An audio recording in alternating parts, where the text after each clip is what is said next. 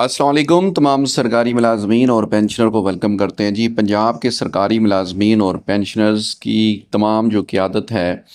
22 جولائی کو انہوں نے ایک ہڑتال کا اعلان بھی کیا ہوا ہے، احتجاج کا اعلان بھی کیا ہوا ہے۔ دوسری طرف سے اراکین اسمبلی سے بھی آوازیں سرکاری ملازمین کے حق میں اٹھنا شروع ہو گئی ہیں۔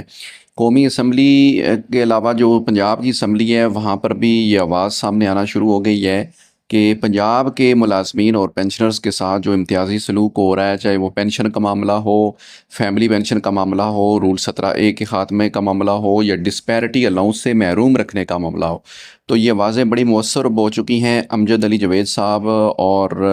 اس کے علاوہ دیگر جو MPs ہیں انہوں نے بھی اسمبلی کے فلور کے اوپر جو ہے وہ اپنی آواز بلند کی ہے، قرارداد بھی جمع کروائی ہے کہ سرکاری ملازمین کو ڈسپیرٹی ریڈکشن الاؤنس، کنویئرس الاؤنس، وفاقی طرز پر پینشن اضافہ اور دیگر جو ان کے پینشن کے حوالے سے معاملات ہیں، جس طرح کے لیو انکیشمنٹ کے اوپر معاملات ہیں، تو وہ ان کے بحال بھی کیے جائیں اور ان کو باقی صوبوں کی طرح بینیفٹس ان کو دیے جائیں۔ تو اس حوالے سے پنجاب کے اندر جو قائمہ کمیٹی ہے اور اس کے اندر بھی یہ ایشو ڈسکس کیا گیا ہے، اور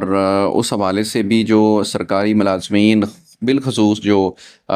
پنجاب کے اندر کام کرتے ہیں مختلف محکموں کے اندر، جس میں تعلیم کا محکمہ آ جاتا ہے اور ہیلتھ کا محکمہ ہے،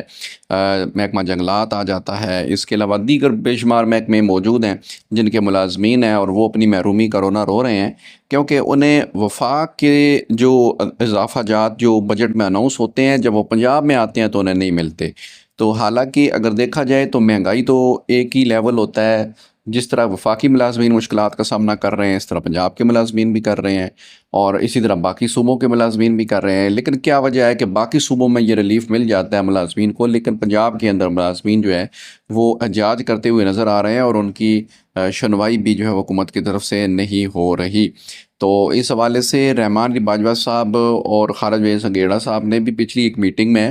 انہوں نے باقاعدہ ایک لائحہ عمل طے کیا ہے، نئی حکمت عملی وضع کی ہے، لیکن ملازمین کی اکثریت اس سے خوش نہیں ہے، کیونکہ ایک بار پھر خالد بے سنگیڑا صاحب نے جو اعلانات کیے ہیں وہ لمبے اعلانات ہیں اور اس میں ملازمین تھک جاتے ہیں، اور اس سے بہت بہتر تھا کہ آپ لاہور کے اندر جو ہے وہ ایک ہی بڑی کال دیتے۔ اور بہرحال یہ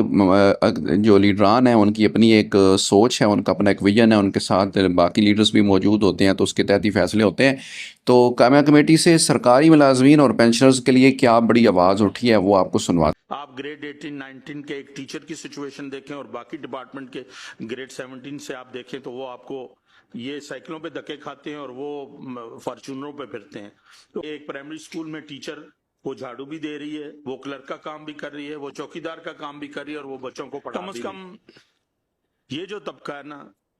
جسے ساری دنیا میں دینی بھی چاہیے اور ہونی بھی چاہیے، ہم شاید انہیں وہ عزت دے بھی نہیں سکے، وہ مقام دے بھی نہیں سکے۔ آپ گریڈ 18-19 کے ایک ٹیچر کی سچویشن دیکھیں اور باقی ڈپارٹمنٹ کے گریڈ 17 سے آپ دیکھیں تو وہ آپ کو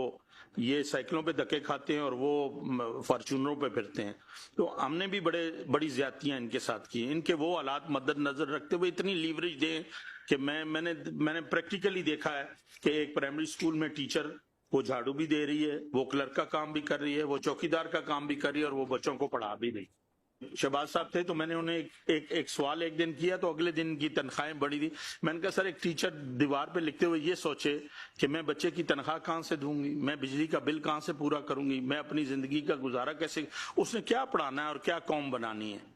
تو وہ اگلے دن جب ججز کی تنخواہیں 300% بڑھی تھی، تو کوئی 40-45% نے ان کی بڑھی، تو میں نے کہا سر بڑی مہربانی ہے آپ نے بات سن لی۔ اس وجہ سے گزارش ہے کہ تھوڑا بہت یہ اس میں مہربانی فرمائیں۔